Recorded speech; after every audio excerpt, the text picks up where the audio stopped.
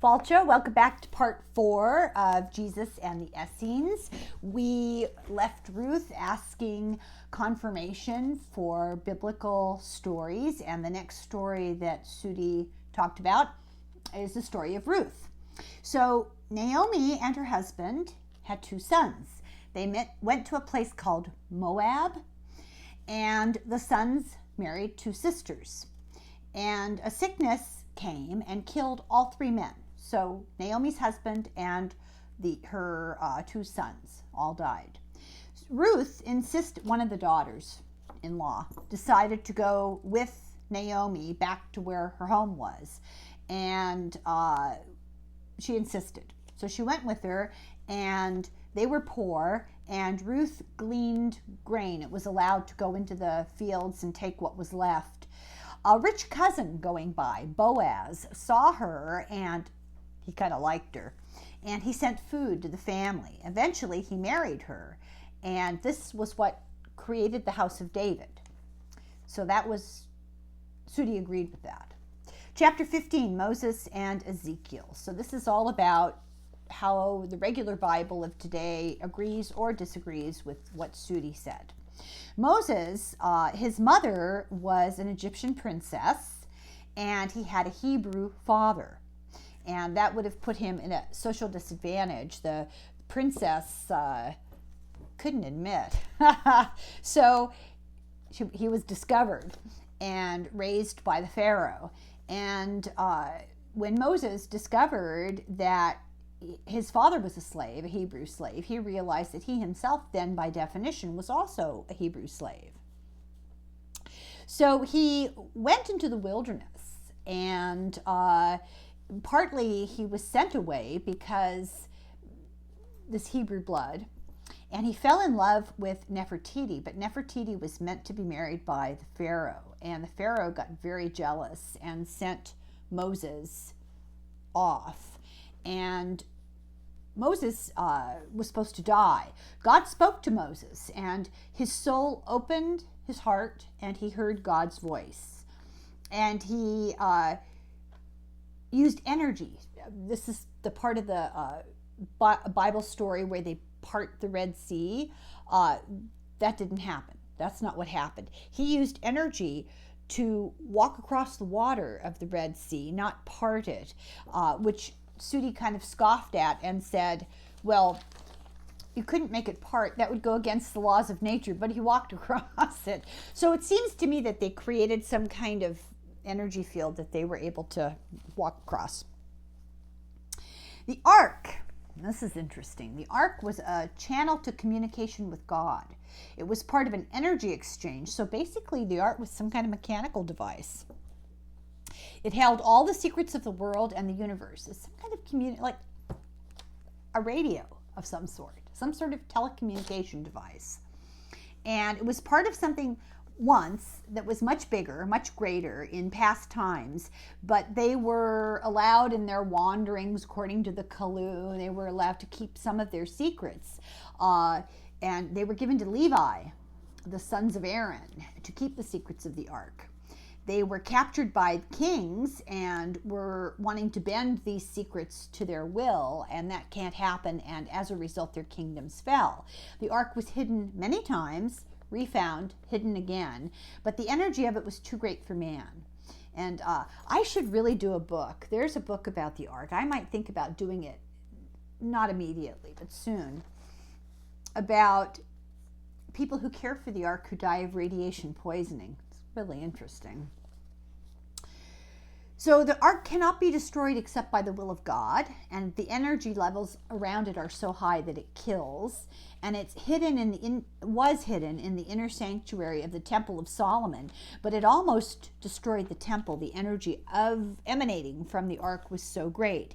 It was made during the 40 years of wandering in the desert, and Moses had some revelation or interaction, and the Kalu provided him with this energy source to go into the ark. So there was something parapsychological, I guess is the word you'd have to use. They would say probably a visitation by God, but this was given to Moses. Moses also had a staff that he received, and this, a stick, had a crystal at the top, and the crystal would glow and tell directions. I love this stuff. It's like Star Trek, you know? And they wandered because Moses lost faith and let the people tell him where to go rather than obeying the direction from the crystal. Finally, he agreed to change his ways and to follow Yahweh. And the manna from heaven didn't fall out of the sky like snow. There were bushes that had seeds in them, and the seeds they could eat, and it helped them to survive, and they called it manna. And when he struck his rod on the ground with the crystal, it created water. It hit a spring. The crystal was Yahweh's, and it was given to Abraham, and Abraham gave it to Joseph, and, well, Joseph's father. Joseph received it from his father. And the plagues were mostly just Moses being clever. I mean, it wasn't like God sent plagues. It was Moses realizing, oh, there's a volcano getting ready to explode here. Let's make that a prophecy. And there's a disease. You know, certain diseases came one after another because they would cause decaying animals, and they would bring a certain kind of fly, and that fly was a vector for another kind of disease, and so they would be able to know that. And so Moses, for example, said that the river was going to be a river of blood. Well, there was a volcano up in the mountains that went off, and when it did, it sent clay, red clay, down the river downstream, and yeah, the river turned red, and they thought it was a river of blood, but it wasn't really, according to Sudi. The Passover that happened was not really an angel of death that came to kill each child, in the oldest son in each house. The Passover was a plague, and it struck down the one child. It struck down the Pharaoh's firstborn, not all the children. The story got inflated. Moses was called to the mountain by God, and this often happens, and Sudi makes reference to this, and many books we've read make reference to this, like Jacques Vallée, that these gods had the habit of landing on high mountains and then calling people from afar to come up. Well, the implication being that they landed from the sky. And Moses was up there for a while, and when he returned, he's described as being an entirely different kind of person, and around him, the air shimmered with light. So Ezekiel was a prophet and a teacher. He was visited by others who were similar to us, but not human, not of earth. Some visited, some were visited by these others. Some were visited and taken away. Some were visited and left to tell, and some were visited and brought back. And this chariot of fire that Ezekiel describes, it's a very popular story with UFO aficionados as a story from the past that describes a UFO. According to Sudi, that's exactly what it was. It was a flying machine of old, and it took him. Sudi long ago said, long ago there were flying machines, but the technology was lost. The knowledge that the Essenes had was in their library, and that the earliest Babylonians had this knowledge. We're talking, Sumerians. And that it was given by Kalu.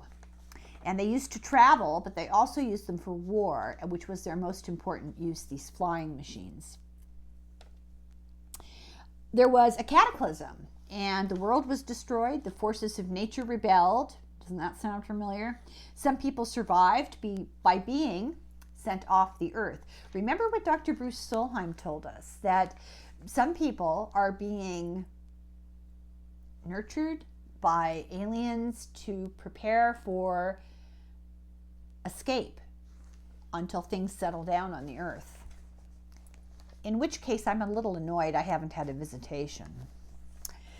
So anyway, the creation and catastrophe and the Kalu. The creation, the formation is what the Essenes called it, the formation. The beginning was a dark void, and God decided to fill the void with the essence of himself, the light, the clouds, the stars, the planets. And he decided to fill these with animals, and he just got real creative and started making things. Yahweh was interested in our galaxy and is our guide, and we should work with Yahweh, who works with other gods who are guides to other galaxies and other planets, and it's all connected. They work together as a wholeness, is how Sudi explained it. Angels are packs of light created during the universe's creation. They're like little packets, specks, bundles of light that shot off, and now they're angels, and they're imbued with spirit, and they're completely, you're never going to reincarnate to or from an angel. They're a completely different thing. People who have physical difficulties, physical challenges in this world, have chosen those, and they've chosen them specifically for the opportunity that they give to grow. And sometimes they have chosen them because they give the opportunity for other people to grow. So somebody with, cerebral palsy might choose to be born with that, knowing what that means, knowing what kind of a life that will be, but having the generosity to provide that opportunity for caregivers to learn, for people around to learn. It's very interesting. Some people can astral travel while they're asleep. Their spirits will take off and go, and there's a silver cord that attaches you, which makes it all okay. And early in creation, everybody could do this, and it helped to rejuvenate the body, and that's why people lived longer. I think Methuselah lived 900 years or something. That seems a little excessive.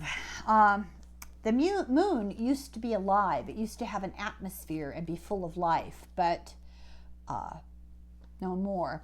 And man, Sudi said, has destroyed himself many times. The story of the flood and nature rebelling, and the story of the explosion that happened with the Anunnaki, and all these various stories of cataclysmic events are all true. They all happened, and there were many of them over and over and over. And our time of existence is much longer than scientists say. God has almost obliterated everything because of this, and then decided to give us, an 8 millionth chance to get better. People who quest for the self and for what isn't necessarily good for them, for pleasure, who destroy themselves, they're the ones who contribute. All of us who do those sorts of, too many pints of Haagen-Dazs. It doesn't have to be a big dramatic needle in your arm. Lots of things that we can do that contribute to this compounding destruction. By using more energy than was wise, by using it in matters that were not good and disturbing the balance of nature, we took, and as Sudi put it, there must be a pulling back. And when nature pulls back, we take. And when nature pulls back, it causes damage. And which seems pretty clearly a description of environmental problems and the resulting problems from that. Now, the story of Noah. Noah, the cause of the flood. The flood was caused because people took power. They caused confusion. They lost their telepathy. The story of the Tower of Babel kind of leads into it. People lost their ability to communicate with each other because they lost their telepathic abilities. And that was from neglect, bad behavior. And this misuse of power changed the land, changed the seas, and yes, it rained, but that wasn't the cause of the flood. The cause of the flood was the seas changed because nature pulled back. And the animals were taken into the ark. They had clean and not clean. The clean had cloven hooves and cud. The not clean didn't have both. And then there were 7 clean animals and 2 unclean animals of each type, because the clean animals they could eat, so they had extra, so they could eat them. And then the 2 unclean animals, a boy and a girl, were for procreation. They were in the ark for 58 days, or basically 2 lunar months. They sent out a dove and it returned, and then they waited and they sent out a crow and it did not return, which they took as a good sign, and because it found some place to land. And then they sent out another dove and it returned with a branch, and that was their sign that things were getting better. There was no rainbow. Sudi didn't even know what a rainbow was, and when they described it, they said, oh yeah, they're beautiful, but there was no rainbow. And the children of Ham were cast out, but there's no explanation other than that sentence. And I guess if you're a biblical person and you know these stories better than I do, this means something to you. But I thought the children of Cain were cast out. Maybe that was Ham, but anyway. The Watchers and the Clue. So Dolores asked outright, did ancient people have contact with ETs? And the answer was emphatically yes. Excuse me. The Watchers are the guard. They watch what we do. They are watching us. Sudi was reluctant to talk about it, that there are things about that we're not supposed to know. The Watchers have been studying man. They wish us to succeed and to find the right path, and they protect us from ourselves. But that it's a great conceit to think that we are the only created life in the universe, that beings of energy don't need a body, that the Watchers can incarnate in a human body. They can become high-minded humans that way, or the Watchers can use a replica body, so it looks real to us, but it's not real, which is kind of creepy. I think that might be Jared Kushner, because I think he's part android, and also Mike Pence. After death, some people go to sort of a celestial school. They actually spend time learning more, and other people rest, and you need to do that. But some then reincarnate. Sudi could see that Qumran would be destroyed. They, could see into the future, and that they would all be killed by Romans, and that as a result they hid their knowledge. We talked about that, and that future people eventually will know it. So not only will it be found, which I think probably that's what they're hiding from us, but that eventually we will know what this stuff says. That the Kalu were from Atlantis, and that many governments and many countries made up the continent of Atlantis, and they were different from each other. The Kalu people were just one type. That there are still some alive on the earth who guard the secrets. That a great destruction occurred because they did not follow the laws of nature. This is giving me chills, because this is telling me, hint, hint. The wise ones knew that it was coming, and they saved the knowledge. Nature is crying out against what that's an interesting Freudian slip. Nature was crying out against what mankind had done. That partly there was an explosion of misused energy that had to do with abusing the balance of nature. We draw too much off and we don't replenish it. Many were warned and left by air and sea. So there were evacuees who went out into space, and there were refugees who got in boats and ended up in South America and North America, and all those stories of people with knowledge, Egypt, people with knowledge coming from a great flood. And it happened because they were using crystals to channel power, and they misused it. And for every action, there is an opposite and equal reaction. It's a law of physics. And the reason it's a law of physics is because it's a law of nature. It is a spiritual law. Sudi talked of a war that had not yet happened. It had not yet happened in his time, and his description, it had not happened when Dolores talked to him. History is repeating itself in its environmental conditions, that the war is a prophecy, but it can be changed. Prophecies can be changed. There are many paths. I don't know if you saw when I was talking to Denise, was that just yesterday? Wow. That we're in a period of time that this is that new vibratory level. And one of the big differences is that instead of just sort of having a fate and a little bit of free will, that we now have been opened up to many, many choices. It's kind of like graduating to college spiritually. And now you have all these choices of what direction you can go in your life. And the trick is to make the right choices. If we do, we can avoid these negative prophecies. But there has to be a desire amongst all the people to avert the catastrophe. So now we have lots of time. The life of Jesus, first the prophecies. Many Christians' beliefs and rituals predate Christianity. They come from the Essenes. Like baptism was really a replica of the washing ritual they did. And passing of the wine at the Last Supper was the cup of wine passing that they often did. And both are described in the Dead Sea Scrolls, but they weren't translated until after this interview with Sudi. The Essenes, as a person advances to the top, they become what's called the Temple of the Holy Spirit, and they learned prophecy. They were able to reach the highest fruit of wisdom and piety, and above that, they could actually do cures and raise the dead. But when they say raise the dead, there's some debate. Is it revive the almost dead, or is it really raise the dead?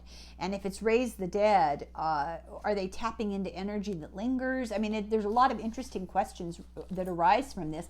We'll have to ask the cards and see what they say. So as soon as an intense translation of the Dead Sea Scrolls began and things started to be revealed, all of a sudden, all information about them ended. It was like radio silence. And the question is, what were they afraid of? Were they afraid that people were going to find out that Christianity didn't come from Christ, that Christ came from the Essenes, and that these were ancient mystery school beliefs? In the 1600s, a guy called Dean Pridieu, which is interesting because in French that means pray to God, wrote a book called The Old and New Testament Connected, and said that Christians were a sect of the Essenes. In 1863, a guy called Graetz wrote a history of the Jews and explained how Jesus actually appropriated the beliefs of the Essenes. And I don't think appropriated is the right word, because as you'll find out, he was a student of the Essenes. He was a member of the community. So from this 1864 book, I quote, "Those who style themselves the true evangelical Christians are very anxious to destroy every appearance of affinity between Essenism and Christianity, lest it be said that the one gave rise to the other. This idea has been brought out more and more by the writers of the books on the Dead Sea Scrolls, that the connection is very evident and very real.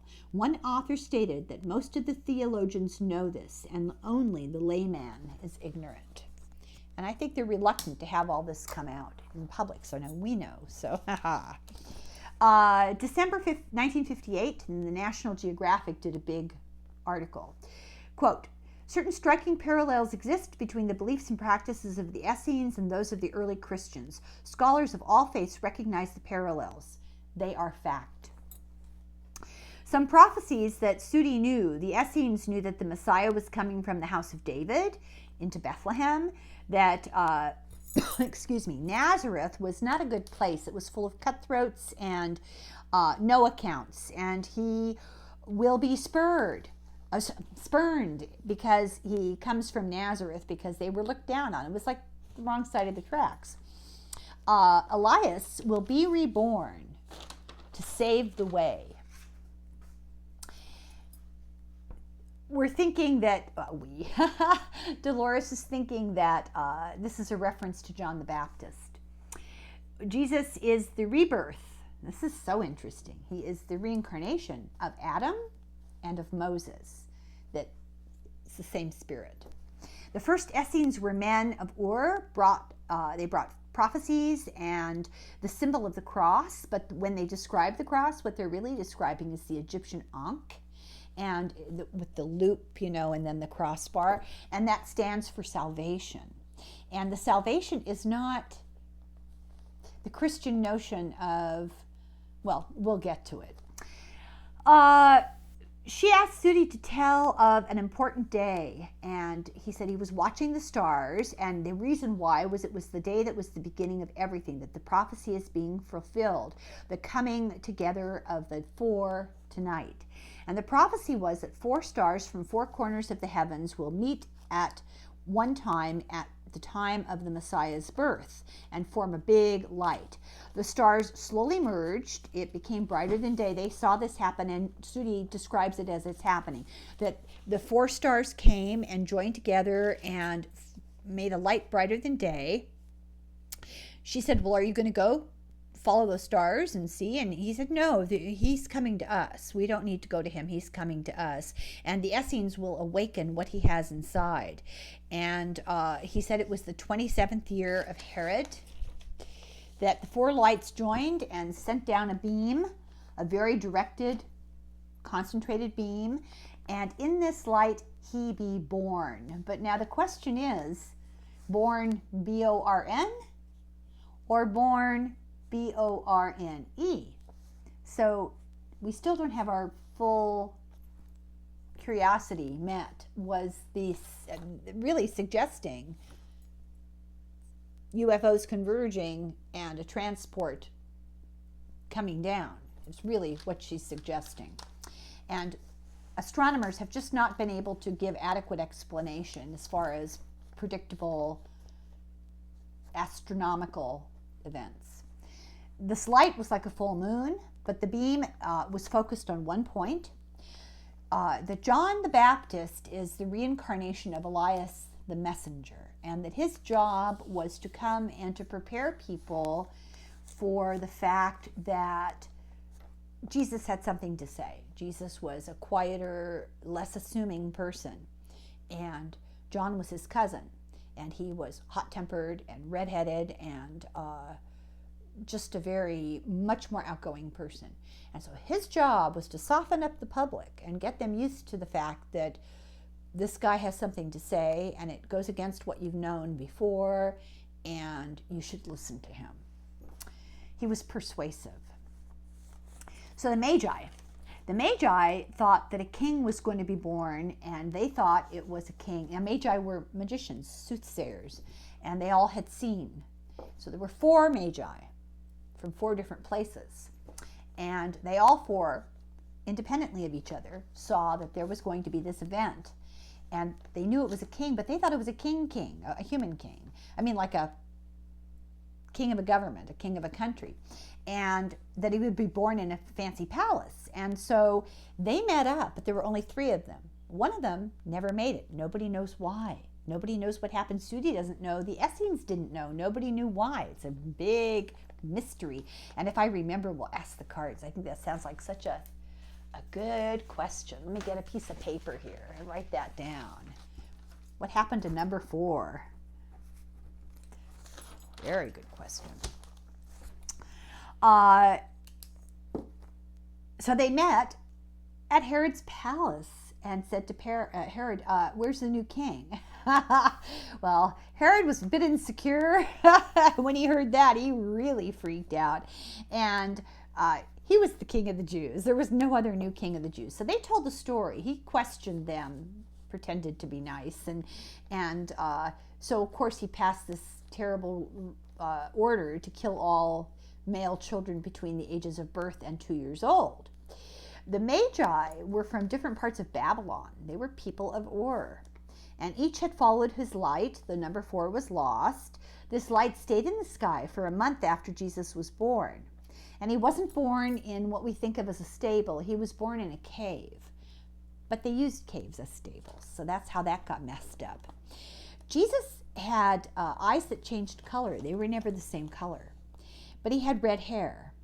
And so did John the Baptist. He had red hair. And that sounds freakish, but because, you think of Semitic people as dark-haired. But how Sudi explained it was the people around Nazareth were a different tribe of people. Ethnically, they were different, and they had red hair and pale skin and blue eyes, and that all of the relatives of Jesus looked like that. John the Baptist's father, Zacharias, was killed by the Romans. He the mother left with the baby to protect the baby, John. Her name was Elizabeth. She was Mary's cousin. And that's why he was related to Jesus as a cousin. So Elizabeth took the baby and left. And the father, Zacharias, stayed behind. And the Romans killed him because he wouldn't say where they went. They went to hide with the Essenes. So Jesus came to save us from ourselves. And the way that Sudi explains this whole mission is so different from conventional Christian teaching. And I can't even remember all of the traditional conventional teaching. It's all tied up in the symbology of the cross and blood sacrifice, and much of that created to appeal to the culture and the time and place. That wasn't the original intent, according to Sudi, that Jesus came to make a point and not to offer himself up as a sacrificial lamb, although he knew it was going to happen, and that inevitably was what had to happen, which we'll get to.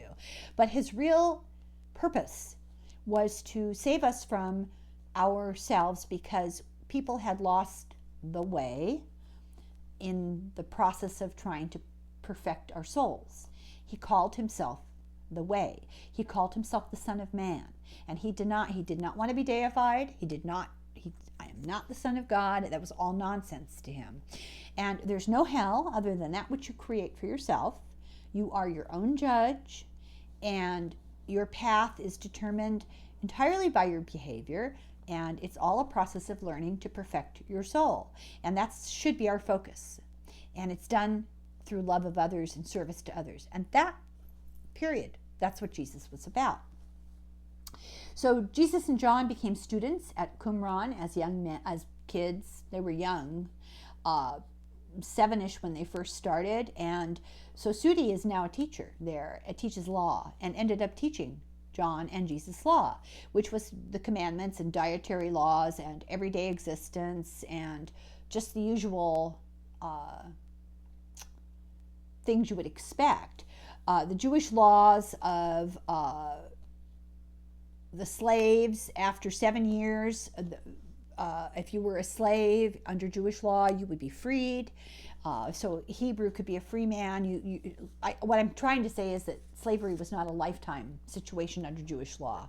But the Essenes don't really have laws. They have the laws of nature. They learned the Jewish laws so that they would understand the frame of reference of the people, and some of them were more cultural, dietary, behavioral, and not really moral laws. And so they learned all of them, but the only law that they abided by were the laws of nature and manifestation, the basic laws of nature. Jesus had been traveled, had been all over the place. He had been to Egypt, and he had traveled with his cousin Joseph. And this story is really interesting, and fans of the Da Vinci Code are going to love this. So Jesus and John completed their studies around the age of 14, and the Essenes at that point would go out and teach by word of mouth because people were illiterate. But the rule was, don't put yourself in danger, because some did not return. They weren't necessarily popular. The Romans really feared them. They feared they'd whip the crowd up and the Romans would lose control. So Jesus was the oldest. This is going to thrill people. He was the oldest of 6 brothers and 3 sisters. And he was technically a carpenter, but really what he was a Finnish carpenter. He did furniture, fine woodworking furniture. This is according to Sudi, who knew him. And Jesus traveled, and there was a period of time when he kind of disappeared. Well, what happened was, and this is so interesting, his uncle, Mary's side of the family, was Joseph of Arimathea, and he was quite wealthy, and Jesus traveled with his uncle.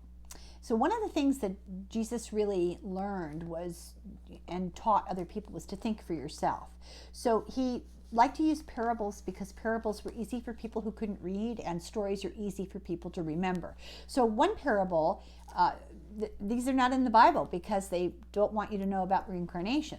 So a tide comes in and picks something up, and ebbs and recedes and drops that thing a little farther into the water. And then it comes back again and picks that thing up again and ebbs a little farther and drops it into the water, until eventually that little thing makes its way all the way into the water. And he said that that's like a soul. You gradually learn. You move slowly from place to place along the same path, the same journey. It just takes time and it takes work, and eventually you get there. He liked to use nature. He felt that nature was the easiest thing for people to understand.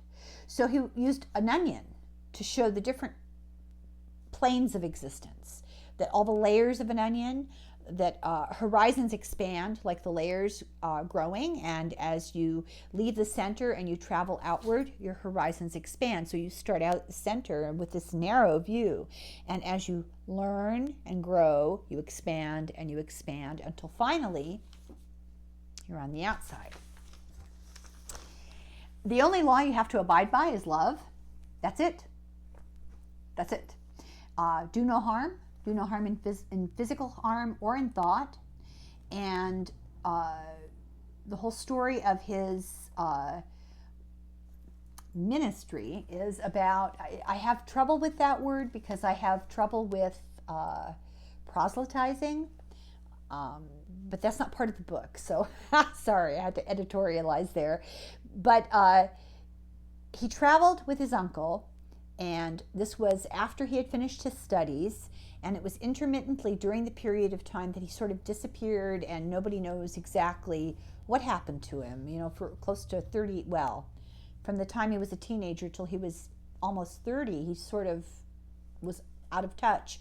Well, he wasn't really. He was collecting philosophies and spiritual techniques from other areas of the world, which seems crazy until you hear the story and how it happened, and then it's like, oh, well, that's not crazy at all. In fact, it's quite plausible. So we'll do that next time. And once again, I'm skipping the reading, and I know that's terrible. This is supposed to be tarot, but I don't want to break up the narrative, and I want to be able to devote time to the cards. So let's move forward, and I think very possibly we may have one more video. It's a little hard to say. I'm surprised it's taken this many. I thought this would go really, really fast, and it's actually taking longer than it usually does, page by page, minute by minute. So thank you very much. This is the end of part 4, I think. And we'll be back shortly.